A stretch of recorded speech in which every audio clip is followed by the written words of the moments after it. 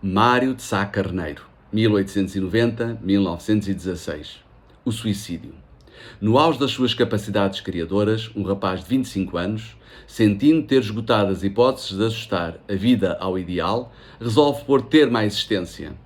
Infeliz, apesar de aparentemente possuir todas as razões para a felicidade, suicida-se num quarto de hotel na rua Victor Massé, perto da Place Pigalle, em Paris, com 5 frascos de arseniato de estricnina. Não pude vencer, mas posso me esmagar.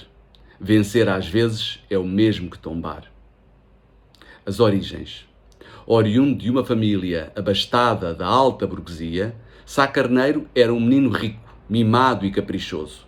Filho único, viveu sempre às expensas do papá, que envidava todos os esforços para satisfazer-lhe os desejos e evitar-lhe dificuldades. A orfandade. Aos 2 anos ficou órfão de mãe. Este acontecimento há de ter agido brutalmente na criança, abrindo um vazio afetivo que nunca terá sido preenchido. Nem os avós paternos, nem as criadas, nem a ama dos primeiros anos de vida na Quinta da Vitória em Camarate, e muito menos o pai sempre ausente, por mais dedicados e amáveis que se tenham demonstrado, suprirão essa carência de afeto. Interesses intelectuais. Mário de Sá Carneiro interessou-se desde cedo pela leitura e pela escrita. Escrevia versos pelo menos desde os 13 anos de idade, sendo que aos 15 já traduzia Victor Hugo e com 16 Goethe, Heinrich Heine e Schiller. No liceu, dirigiu um jornal escolar de curta duração, escreveu pequenas peças para representações escolares e chegou a ter algumas experiências episódicas como ator. Os estudos. Frequentou o Liceu Central de Lisboa, que funcionava no Palácio de Valadares, situado no Largo do Carmo. Daí transitou para o Liceu Nacional Central, no Palácio da Regaleira, no Largo de São Domingos, e, mais tarde, para o Liceu Camões. Foi para Coimbra a fim de tirar o curso de Direito, mas desistiu. Partiu para Paris com a mesma finalidade, porém, mal frequentou as aulas, uma vez que o curso não o entusiasmava. A sexualidade.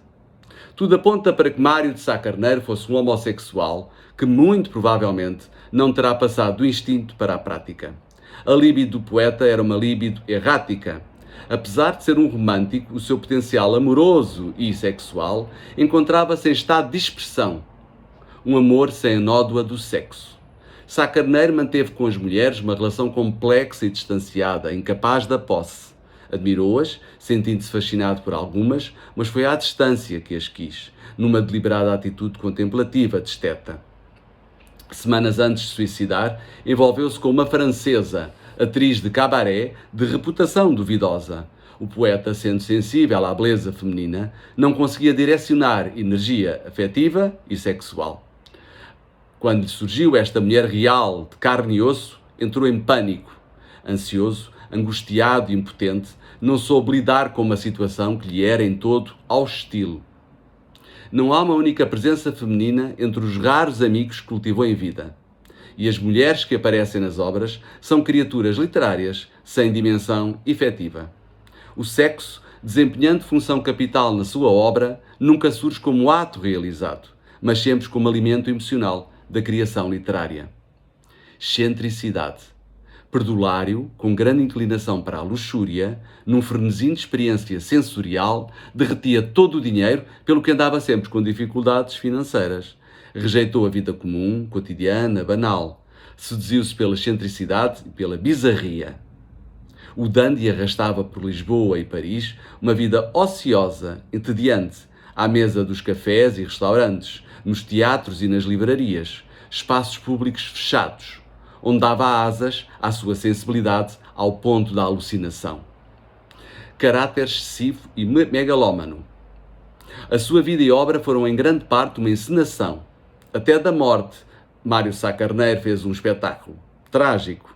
O seu suicídio, representando transgressão, rejeição de um mundo que não o satisfazia e ao qual não se conseguiu ajustar, não deixa de constituir uma expressão fiel do seu caráter excessivo e megalómano. Como escreveu pelo seu próprio punho, em Céu de Fogo. O seu álcool, em verdade, era-se ele próprio, e o seu éter, a sua cocaína. Labirinto de contradições.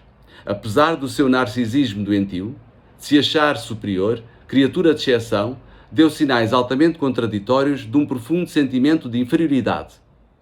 Foi um ser indefeso, inseguro, de uma tremenda imaturidade, extremamente desastrado para as coisas práticas da vida, dependente a tal ponto que, já adolescente, confessava ter dificuldades em calçar-se ou vestir-se sozinho. Sentia desgosto da sua aparência, intitulando-se sarcasticamente o esfinge gorda, a grande ursa, o papa à sorda. Uma das mais importantes figuras do modernismo português. Foi influenciado por vários movimentos literários do seu tempo. Numa fase inicial, o decadentismo, simbolismo e o saudosismo. E numa fase posterior, correntes de vanguarda como o interseccionismo, o paulismo, o sensacionismo ou o futurismo. Sá Carneiro é tido ainda, em certos aspectos, como precursor do surrealismo, do existencialismo e do experimentalismo.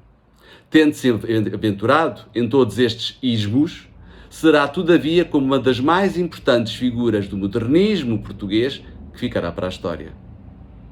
Biografia psíquica.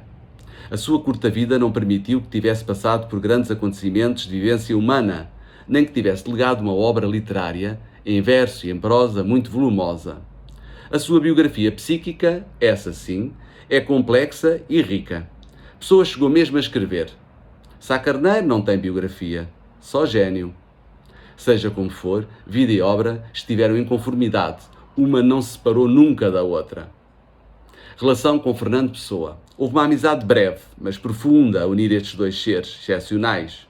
Em 1912, iniciaram uma troca de correspondência que duraria até à data do suicídio de Mário de Sá Carneiro.